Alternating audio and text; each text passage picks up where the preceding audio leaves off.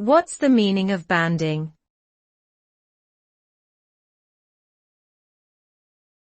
Banding.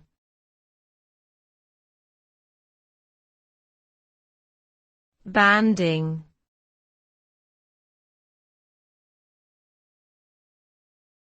Banding.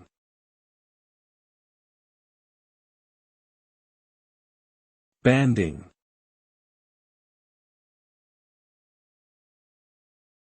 In general, banding refers to the appearance of visible stripes or bands in an image or video.